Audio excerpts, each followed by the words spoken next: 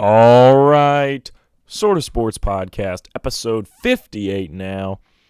And this week, we're going to be starting with some college football. I know we've been starting with NFL.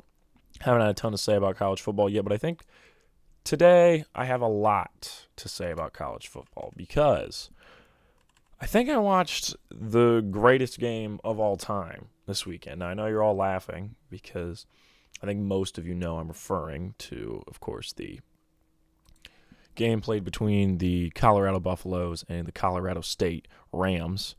And as a Colorado Buffaloes fan, I think it is the greatest game I've ever watched as being a fan of them.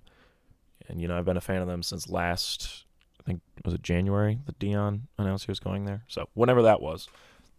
But so far, out of the three games I've watched for us and been a fan of, that game was incredible. And I do think it is like an amazing game. So I wrote down in my notes, I think I watched the greatest college football game of all time this weekend. I did stay up till 2:30 in the morning because I'm on the East Coast, obviously living in Ohio. And that was a lot. Game started at 10:20 and ended at 2:30. It was obviously a very long game, about 4-hour game. And, I think I yelled Shedeur Sanders is the greatest quarterback of all time at least 15 times. I was very excited. I think the thing is with Colorado right now is offensively, I'm a little concerned because what we seem to be doing is a lot of, the receivers just sit there, Shedeur throws it to them, and then they go create. There's not a lot of routes where they're moving and Shedeur hits them while they're moving. That doesn't happen a lot. And maybe that was just conditional to Colorado State. We'll have to see what we do against Oregon. But I think it'll be interesting because Shedeur's better than he can throw to guys in motion, obviously. I mean, that's how he got the game-winning touchdown. For those of you that didn't watch, which you missed out, it was an absolute hood classic. Colorado versus Colorado State was way closer than anybody thought it'd be. Colorado State put up a really good game. I mean, they had a hell of a fight in them. They did play a little dirty. I mean, not a little dirty. They played dirty. I mean, the Colorado State player who blatantly hit Travis Hunter. Travis Hunter's been saying, oh, well, it's just a football play. Travis Hunter's being nice. No, that guy had a dirty hit on Travis Hunter. Now, granted, I think the people sending that guy death threats also are in the wrong. That shouldn't happen. But, I'm not going to lie. I do think that is a dirty hit. And so he doesn't deserve to get death threats. No one deserves that. But it was definitely a dirty hit on Travis Hunter. And once that happened, I was like, whoa, we're in a different ball game now. This is legitimately a rivalry now. So, now I hate Colorado State. I was a Colorado fan. Those guys are my ops now because they were big meanies. And a lot of people were saying we were going to lose. And, there's about, 2 minutes left. We're on the 2-yard line. And we're down by 8. And Shedeur Sanders, as he said later in the interview, he said, I thought Brady mode. And Shedeur marched us all the way down the field, got a touchdown, and then went for 2 and got it again. They kicked it. It was wild, though, because it felt like the whole day they were trying to get Dylan Edwards going, and by the fourth quarter, I was like, do not give it to Dylan Edwards. Don't give it to Dylan Edwards. He was having a terrible game. I was not impressed at all with his game.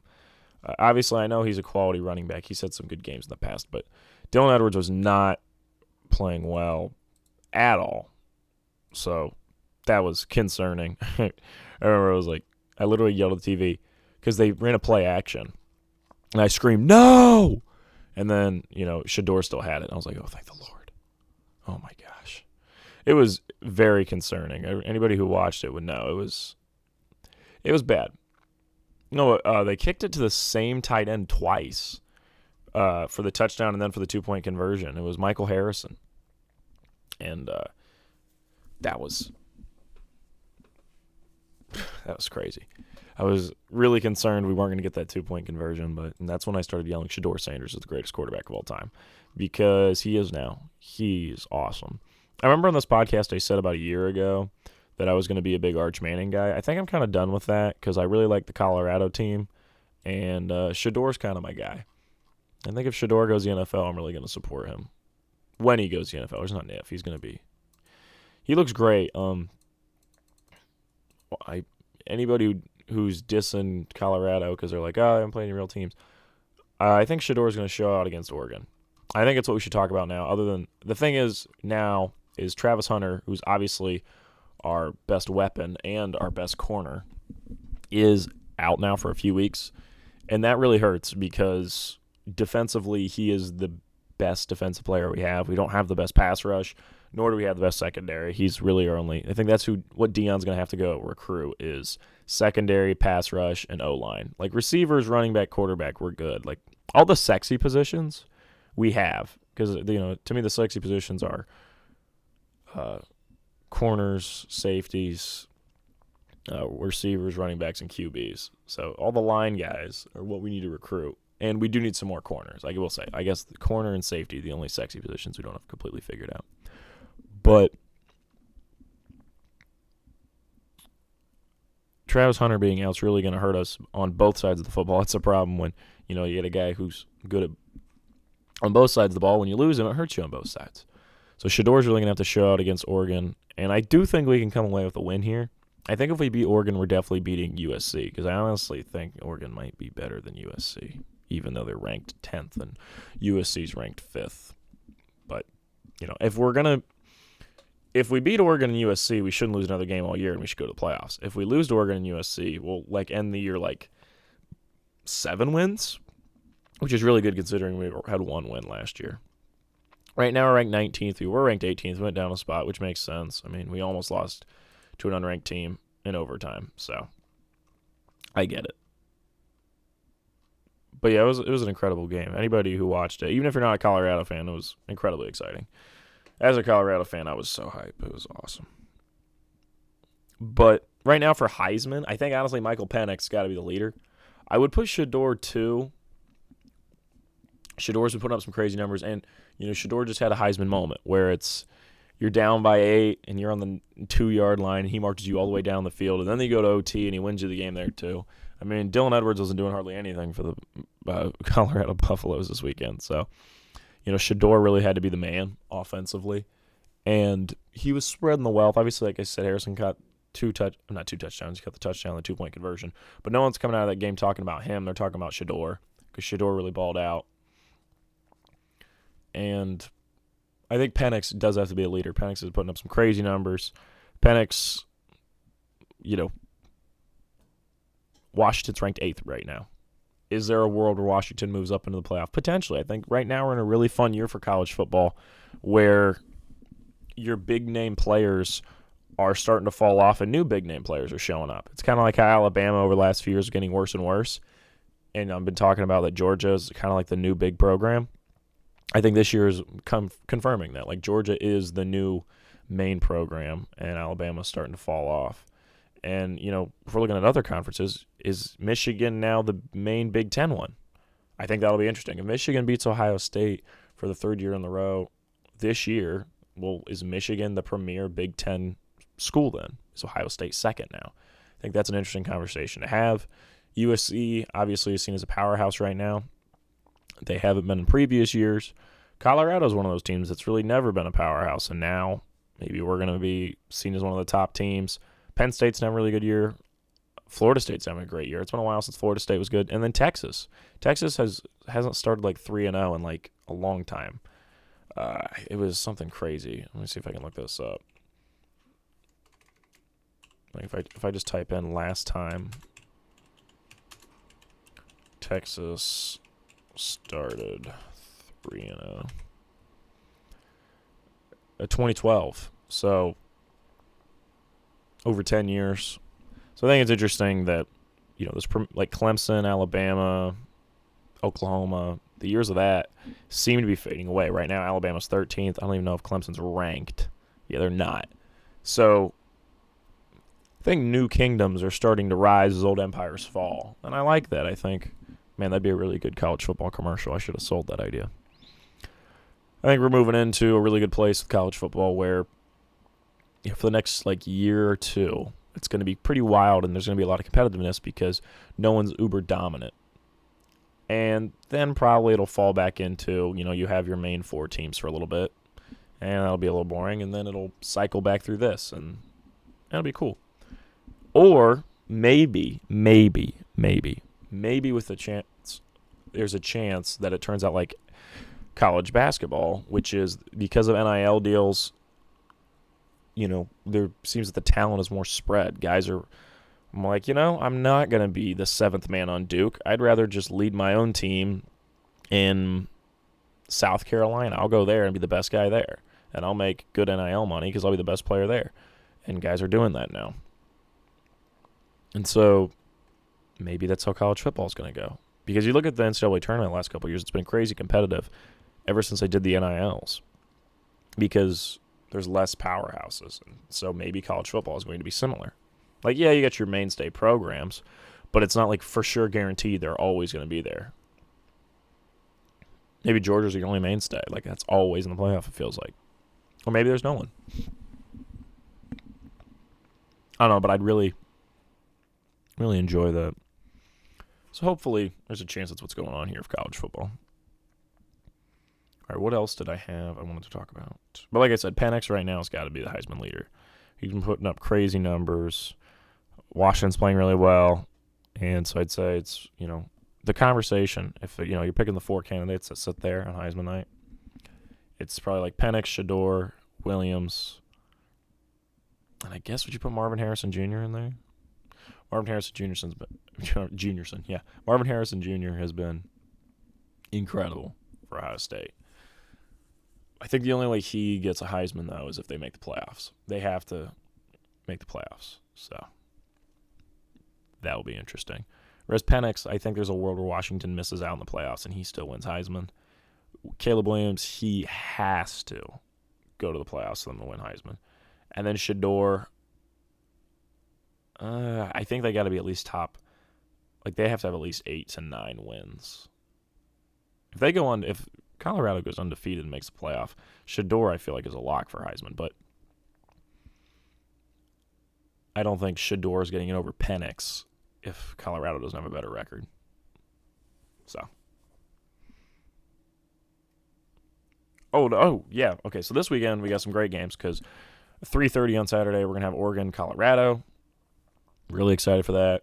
Really hope we can pull it out. We'll see what goes on. No, Bo Nix obviously is a real shot at Heisman, I should say. Bo Nix. He could potentially take Shedeur's spot in Heisman with a win over Colorado. I think Bo Nix is a really good opportunity too. So hopefully Shedeur and them can win because I want Shedeur to win. Also, Shedeur, Deion said yesterday that most likely he's going to go there next year too. He's not going to declare for the draft, which I'm happy about. Can't wait to watch Shedeur again. So if he doesn't win Heisman this year, maybe he can win it next year. And the team obviously next year is going to be even better. And then we got Bryce Underwood, who's like the number 1 ranked prospect from 2025, potentially coming here. So that would be awesome because it's like Shedeur moves out and then we get like this huge quarterback prospect and we're just rolling, which would be awesome. Awesome. Okay. The other big game Saturday, 7:30. I'll be watching this one too. Notre Dame, Ohio State. This is huge. Notre Dame hasn't beat Ohio State since like 1930 something. I got a friend that's a Notre Dame fan. And I got most of my friends are Ohio State fans, and they were talking about it. I'm not sure really how good Ohio State is this year, and Notre Dame looks pretty good. Usually I would be like, no, Notre Dame's posers, because they always seem to be posers.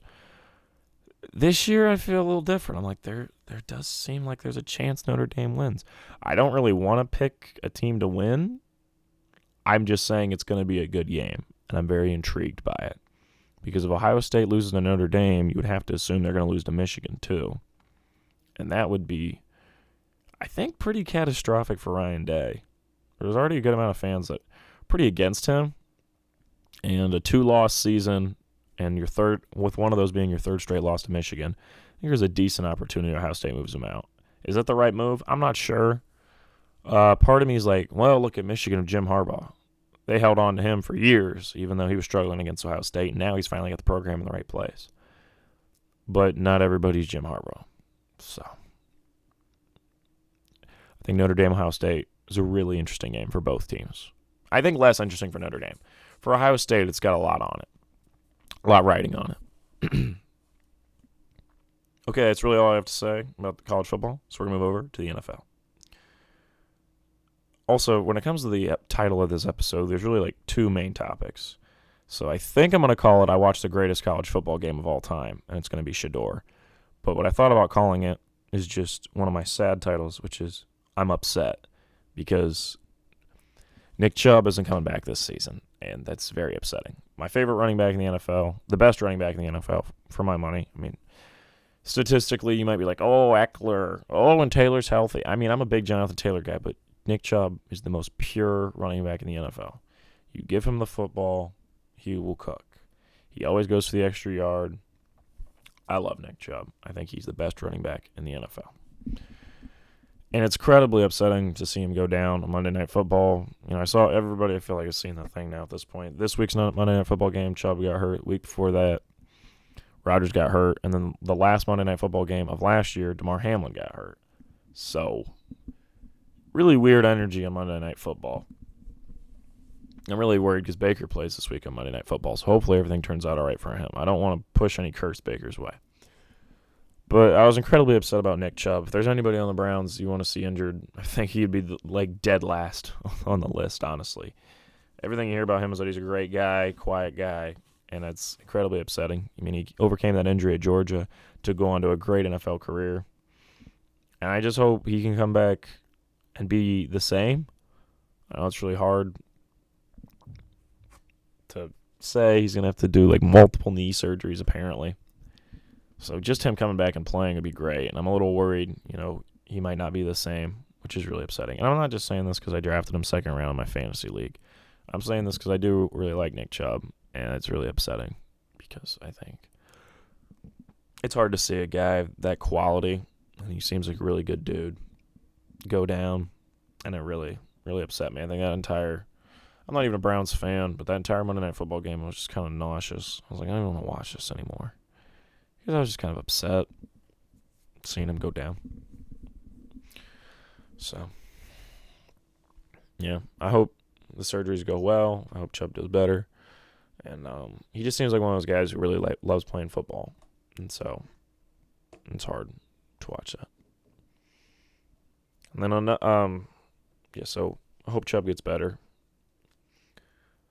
I guess after that, I should talk about Kareem Hunt is back now on the Browns. They went out and signed him.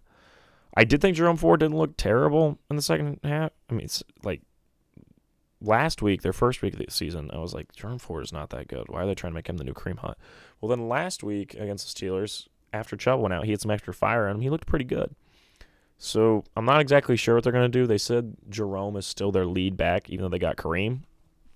But I feel like if they run dual backs with them, they could legitimately have something pretty good going on. Not as quality as, Chubb Kareem, but relatively similar. Kareem obviously is not a traditional free agent signing because he was literally with your team for years. So it's not like you have to reintroduce him to the offense or anything. It's probably just kind of a refresh, and now he's back. So I think that'll work out well for the Browns. The problem is with the Browns is that Deshaun doesn't look good. If Deshaun Watson is not going to play top 10 quarterback level, I don't see this team going far. I know just last week I was talking about the Browns might go to the playoffs, but between Chubb being out and Deshaun looking not good at all, that window for me is starting to close. I think the defense is elite. I think Jerome and Hunt can be one of the best running duos in the league. Or just one of the best running back units in the league, regardless of duo. I think you can have one of the best rushing attacks in the NFL. Probably top 5. Maybe top 3, legitimately. Really quality guys. Quarterback play, I don't really think there's anybody who would argue with me. Baker Mayfield's been outplaying Deshaun. Now, granted, Baker's on a completely different team with a completely different coaching staff. I get that. But I am saying there's an element where there's always going to be that idea of, oh, man, what if they would have kept Baker? And I'm saying right now, Baker is playing better. We're going to watch him on Monday Night Football, and I think he's going to get a win. I'm just going to spoil that for primetime picks. I'm taking the Bucs because Baker looks really good, and he looks really comfortable with Tampa. And I just don't I mean, part of me just naturally doesn't like Deshaun Watson because of everything that's went on with him. But the other part of me is just looking at it from a pure football perspective. He doesn't look like one of the top 5 highest paid quarterbacks in the NFL. It doesn't look like that at all. So I'm just concerned for the Browns because you spent all this money on this guy, and if he doesn't put out, where do you really go from here? Because no one's going to want him. So now that money's just sitting with you. So that cap room is taken up. So then you can go out and try to get somebody else. But, does another big quarterback want to try to run things? Like, let's say Kyler Murray becomes available. Is he the answer? Or is there a world where, the Browns have a bad season this year, and I don't know. Do the Browns have their pick this year? Like their first round?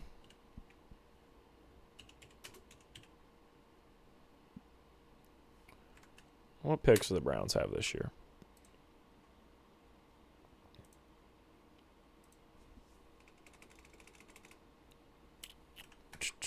$2024 draft. Okay, so they don't have their first round pick this year.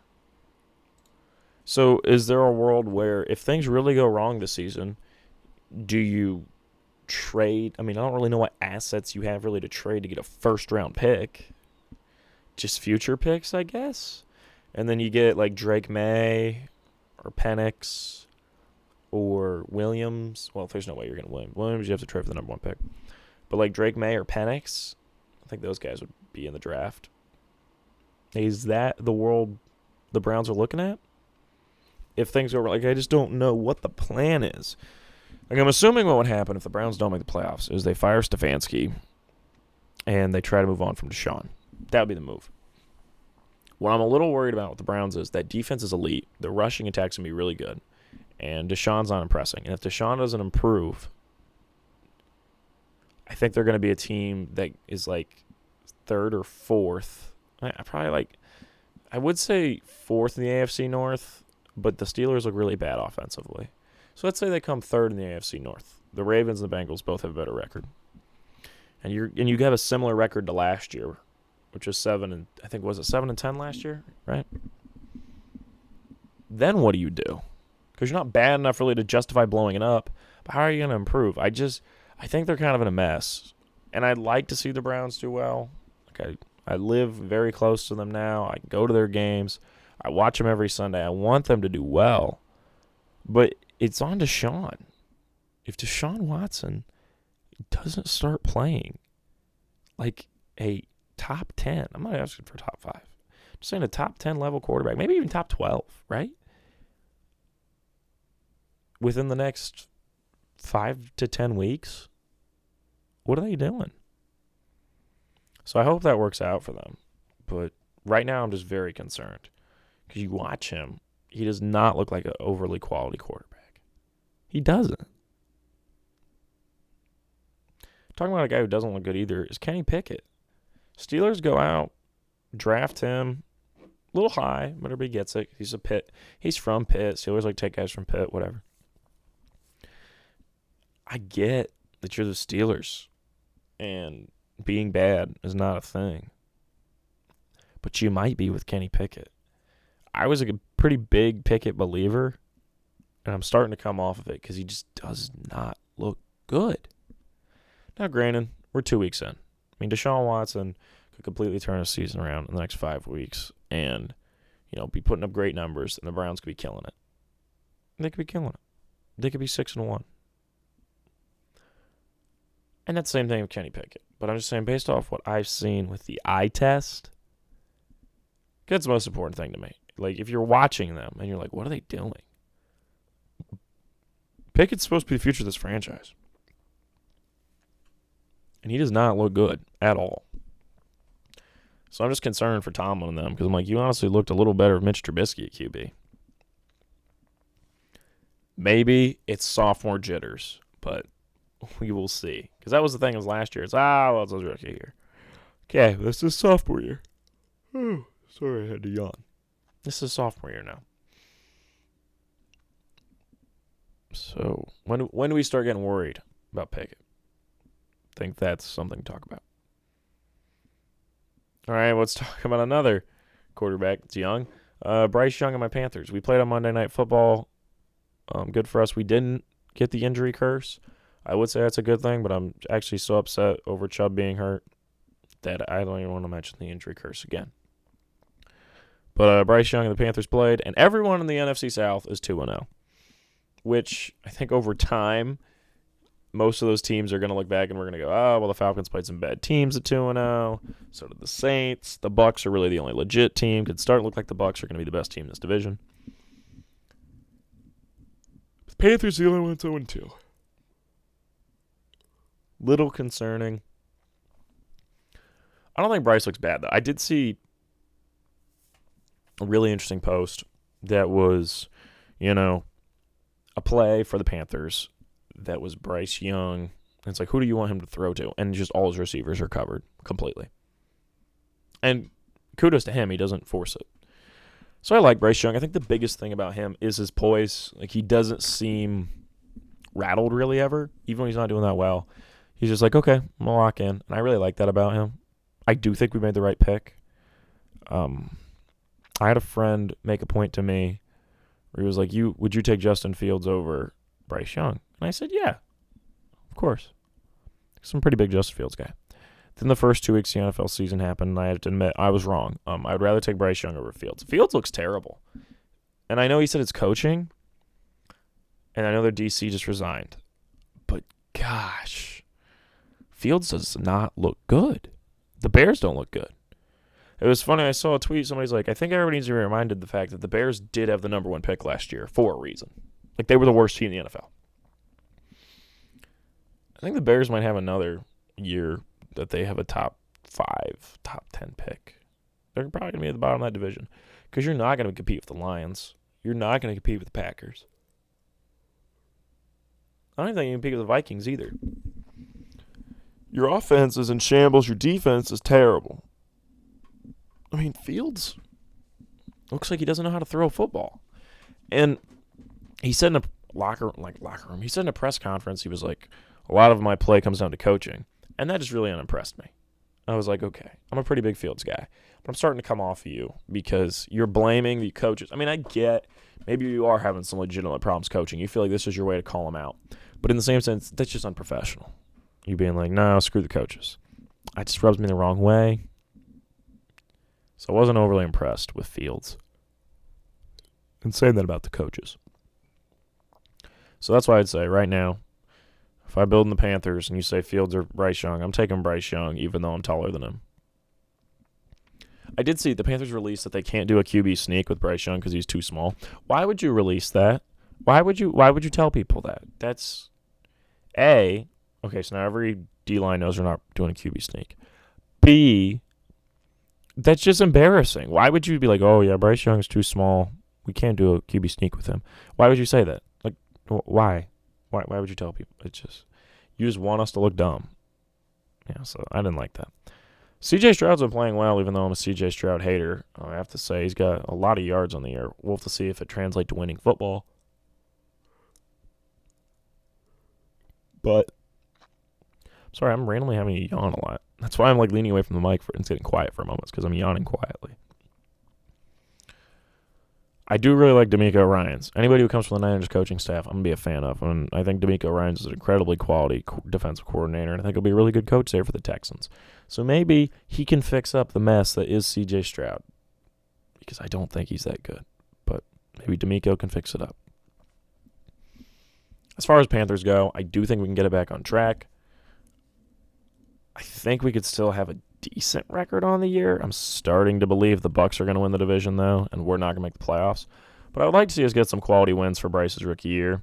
This week we're going up against the Seahawks. I do think this is a winnable game, even though the Seahawks are pretty good. I mean, the Seahawks played a really good game against the Lions last week. The thing is, of our schedule, we play the Seahawks, which is going to be tough, Vikings, which will be tough, Lions, which will lose, Dolphins, which will lose, Texans, hopefully we win that, Colts, hopefully we win that. even though Anthony Richardson, real shame that he went out with a concussion. He was playing great. Just got to toss it out there. All the rookie QBs, none of them have looked awful out of the three that have been starting. I will say, none of them have looked terrible. I think Bryce is the least impressive, but I also think Bryce, I don't know how to word this. I don't want to say he has the worst team because I think the Texans are the worst team. I just think I don't mind what I've seen out of Bryce. I think Bryce is going to do well. Bears we can beat. Cowboys will lose. Titans we can beat. Bucks will probably lose. Saints, hopefully we can split with them and win. Falcons, same thing. Packers will probably lose. Jaguars will lose. Bucks will probably lose again. So I think that named like a 7-win season, which isn't terrible for Bryce's rookie year. I think the goal, if we're not going to make the playoffs this year, we got to try to do it next year. Right? Come on.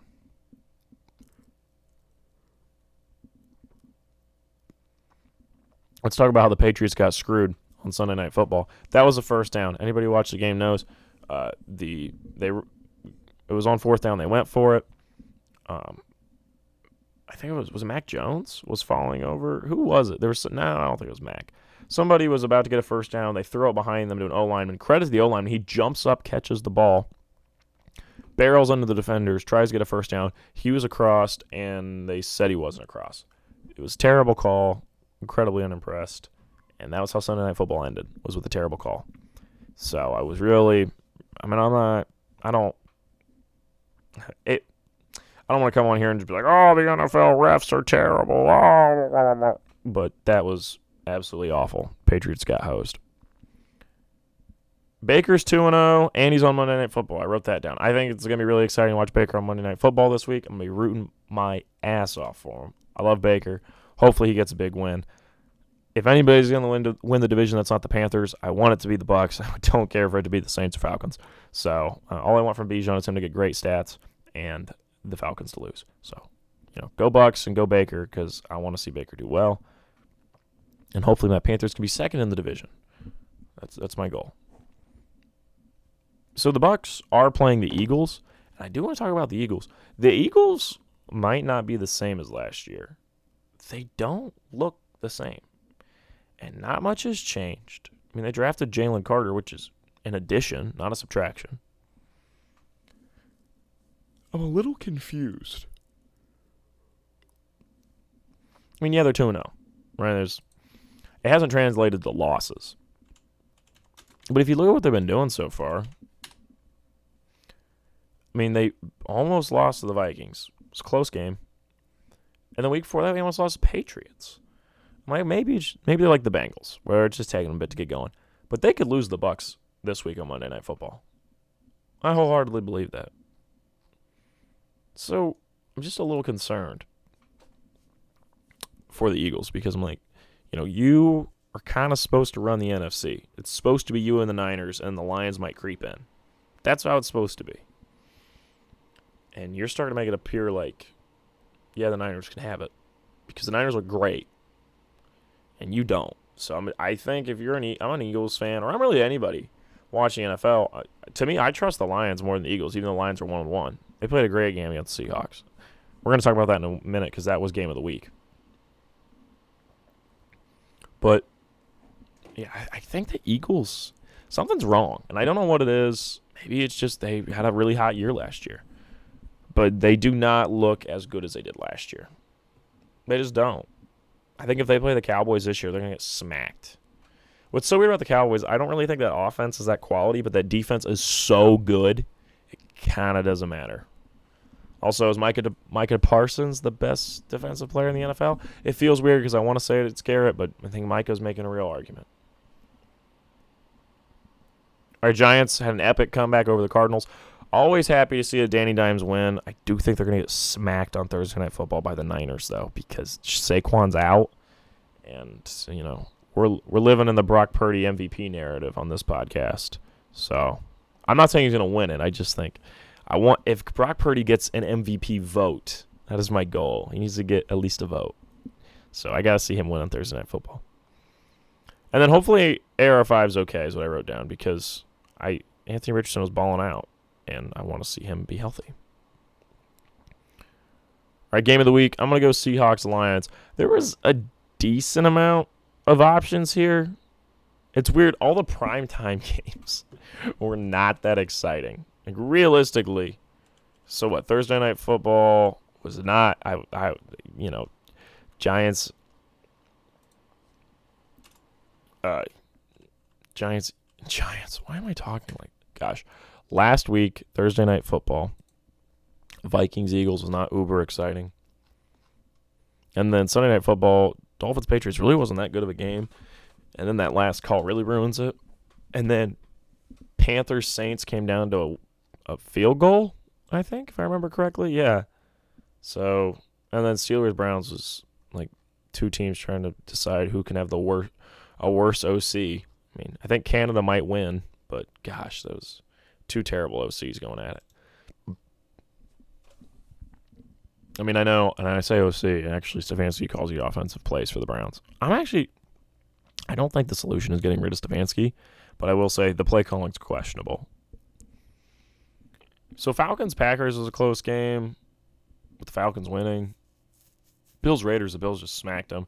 Ravens-Bengals has a real chance to be game of the week. I think people aren't talking about enough how good the Ravens looked. Seahawks-Lions went to OT. And the other game went to OT was Chargers-Titans. And I'm not going to give game of the week to Chargers-Titans. There's no way. Chiefs-Jaguars. Chiefs did get a big win there. Yeah, I do think, Cowboys-Jets. Cowboys defense shut them down. Yeah, I think I'm going to have to go Seahawks-Lions. I feel good about my choice. Seahawks-Lions was a great game. It was really competitive the whole way. Geno balled out, 328 yards, 2 touchdowns. Came down to OT. Seahawks won the coin toss, went down, scored. I don't think the Lions played bad at all. I think Seahawks just played really well. So props to two quality teams. Seahawks are starting to show what I talked about earlier, which I think they could be a real threat in the NFL. So I don't know if they're going to win the division like I predicted, but I do think there's a world they make the playoffs. Lions, I still think, are the best team in the NFC North. I think they just suffered a loss, which it's all right. Seahawks are a quality team. All right, let's do some marquee matchups. For 1 p.m. next week, I have Bills-Commanders. You might be a little surprised why I picked this, but I do think it's kind of no one's paying attention enough to Sam Howell and the Commanders. Bieniemy does seem to be having them turn around, and I do think, to be perfectly honest, I think Ron Rivera is just going, okay, Bieniemy, whatever you want to do on offense, let's do it. And Howell seems to be doing well in that system, so it'll be interesting. If the Commanders are going to win over the Bills, be ready for some narratives about, wow, Sam Howell and the Commanders to start popping up because they're going to be beating a legit team in the Bills. I mean, the Bills are a media darling team, and if they get beat by the Commanders, there's a chance that the Commanders become a media darling because of that, because that's the way it works. You beat one, they got to find their new thing to sell. So I think that'll be interesting. If the Bills win, and strongly, then it's like, okay, the Bills are back, we're good. So that's why it's a marquee matchup. Then we got Lions-Falcons. I know this is not the best pick, but I'm being genuine. If you look at the NFL Week 3 schedule, it was kind of hard for me to make some marquee matchups. I went with Lions-Falcons because the Falcons are undefeated. They're 2-0. They should suffer their first loss here. And if they don't, we all know the Lions are a quality team. So it's like, whoa, are the Falcons doing something right? So that'll be intriguing. It's in Detroit.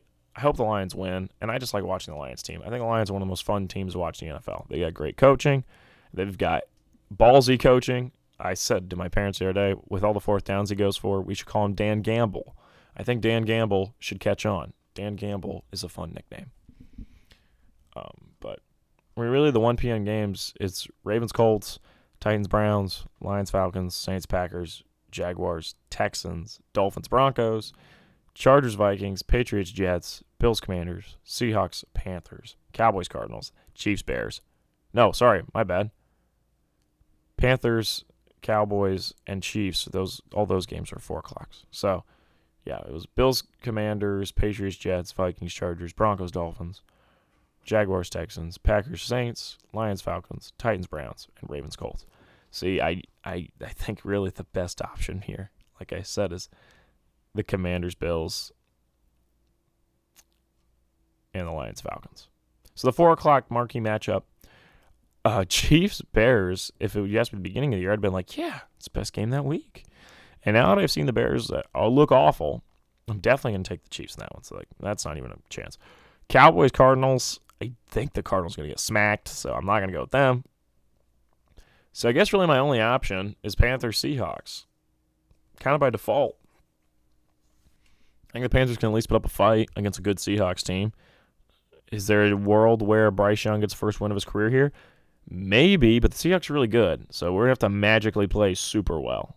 But I do think the Seahawks are going to beat us. But it still will be a decent game. I think marquee matchup because you get to watch Bryce Young, and if the Seahawks win, then you're furthering the fact that they're a good team. If they don't win, then it's like, okay, was it a fluke that game? Are the Panthers better than we expected? Are the Seahawks not as good as we thought? That'll be interesting.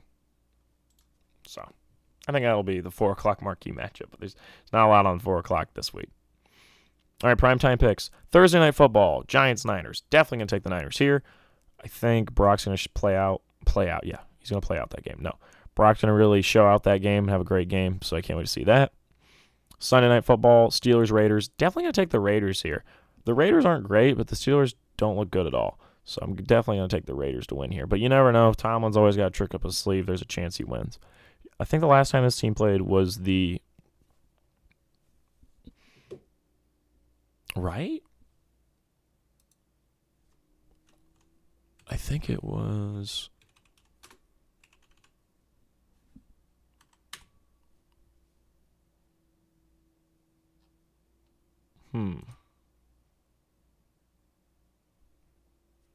Yeah, it was. Okay. It was the Franco Harris remembrance game. I think it was last time. It was anniversary, right? 50-year anniversary? I think that's what it was. Franco Harris game was the last time these two teams played. I think the Steelers won that too, yeah.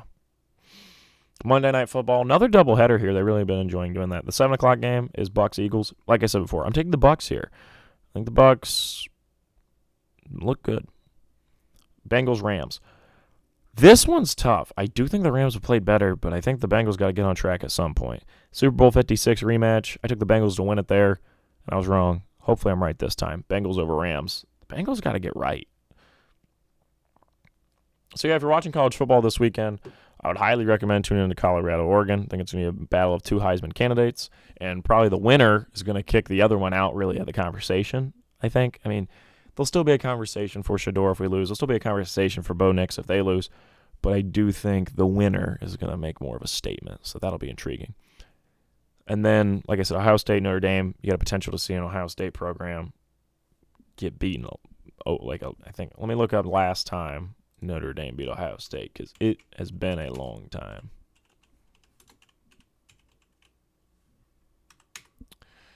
It was last time they beat them.